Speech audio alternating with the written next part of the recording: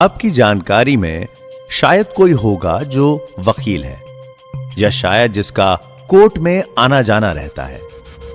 आपकी अगर किसी से बहस हो जाए या कोई आपको धमकाए और आपके मन में ख्याल आए कि आपको कोर्ट केस करना चाहिए, तो आप सबसे पहले उसी शख्स से सलाह लेंगे, क्योंकि कानून और कोर्ट कचहरी के चक्कर में पड़ने से हर कोई घबराता है।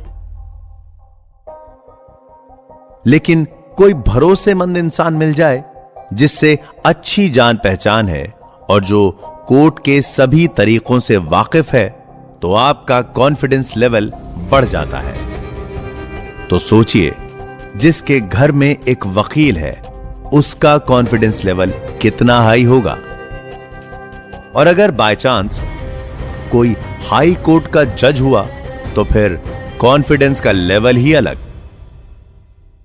अभी कुछ दिनों पहले ही राजस्थान में एक जज साहब के बेटे के जूते मंदिर के बाहर से चोरी हो गए। जज साहब की धौंस का लेवल देखिए कि पुलिस ने तुरंत इन्वेस्टिगेशन शुरू कर दी। हमारे यहां जहां आम आदमी के घर में बेटी को कोई छेड़ के चला जाता है, तो पुलिस कई बार खुद लड़की को समझाने लगती है कि केस वेस करके क्यों पैसा और टाइम बर्बाद करना।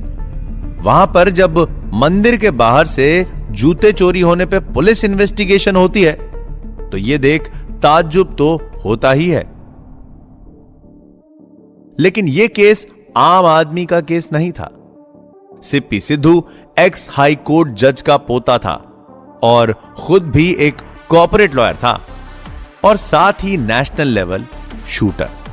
इस आदमी का मर्डर होता है, लेकिन पुलिस की तरफ से कोई मूवमेंट ही नहीं होती।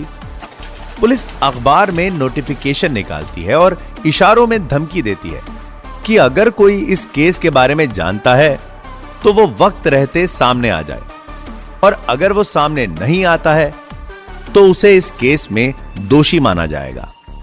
तब कल्याणी सामने आती है। सिप्पी की फैमिली कोर्ट कचहरी के तौर तरीकों से वाकिफ थी, लेकिन कल्याणी की मां high court of Himachal Pradesh में एक्टिंग चीफ जस्टिस थी। इंडियन मर्डर मिस्ट्री के सीजन 3 में आप सुन रहे हैं सिप्पी सिद्धू मर्डर केस।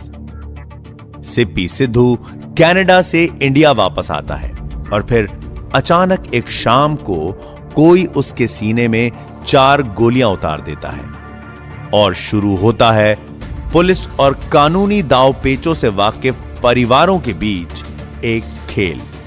अब आगे। This is Red Podcast and you are listening to Indian Murder Mystery। Sippy Sidhu के भाई जसवंतप्रीत सिंह ने एक इंटरव्यू में साफ तौर पे कहा कि चंडीगढ़ पुलिस ने उनके सामने हाथ जोड़ दिए थे। कल्याणी की मां हिमाचल प्रदेश हाई कोर्ट की चीफ जस्टिस थी। पुलिस वालों की गलती भी नहीं थी। कानूनी दलीलें ऐसी हैं कि आप चाहकर भी कुछ कर नहीं सकते।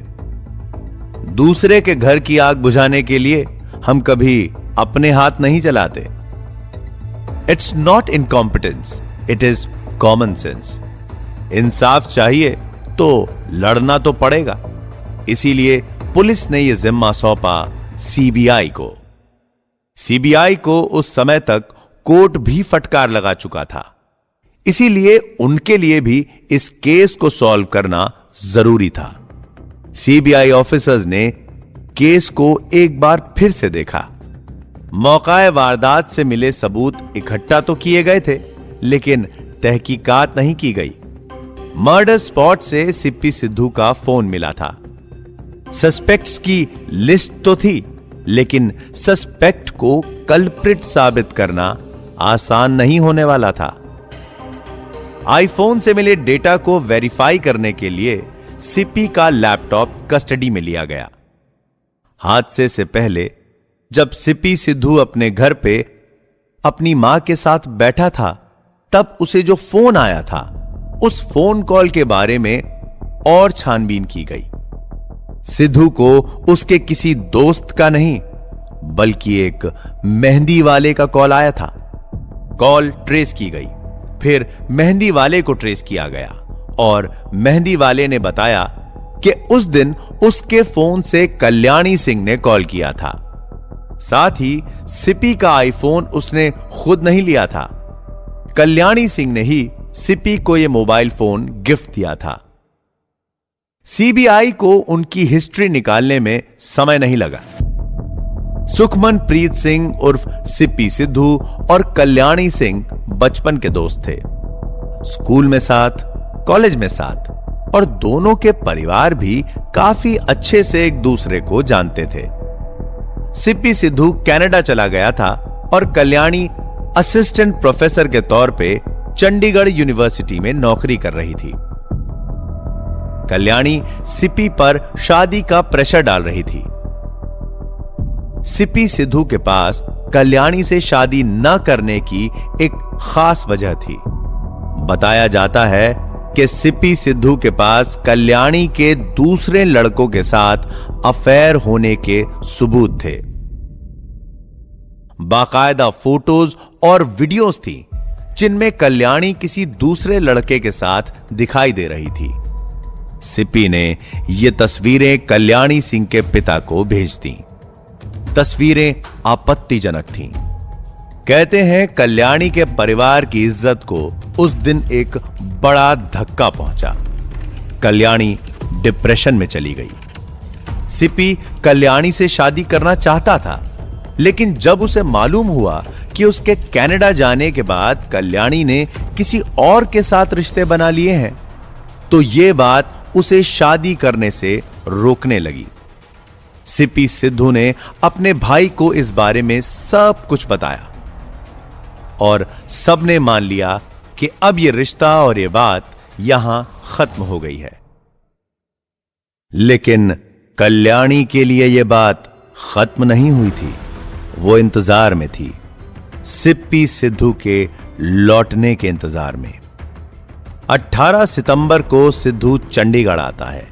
20 सितंबर शाम 9:30 बजे उसे एक फोन आता है। फोन के दूसरी तरफ कल्याणी की आवाज सुनकर सिद्धू फोन काटने ही वाला होता है कि कल्याणी उसे एक आखिरी बार मिलने के लिए बुलाती है। सिप्पी सिद्धू उससे मिलने पहुंचता है, लेकिन कल्याणी वहां अकेली नहीं आती। प्यार से खूबसूरत और प्यार से ज्यादा खतरनाक कुछ भी नहीं है। सेक्टर 27 के उस पार्क में सुखमन प्रीत सिंह के सीने में 4 गोलियां उतार दी गई। कल्याणी की नफरत इस हद तक बढ़ चुकी थी कि सिप्पी सिद्धू को मारने के लिए उसने एक शूटर को हायर किया था। शूटर ने अपना काम बखूबी किया। सिद्धू सांस नहीं ले पा रहा था। अपनी जिंदगी जब अपने हाथ से फिसलती दिखती है तो इंसान हर कोशिश करता है कि किसी तरह सांस चलती रहे। सिद्धू भी ऐसे ही तड़पा था। घर का अच्छा लायक बेटा, कामयाब इंसान, नेशनल लेवल शूटर, ये सब टाइटल्स की तरह हैं। असलियत यह है कि अगर सांसें हैं तो सब कुछ है, वरना कुछ भी नहीं। बयान बताते हैं कि अपने घर लौटने के बाद कल्याणी ने पार्टी करी, केक काटा और जश्न मनाया। सोचिए, यह एक कॉलेज की प्रोफेसर थी। ऐसी मानसिकता के लोग हमारे समाज का ही हिस्सा हैं। कल्याणी अकेली नहीं है।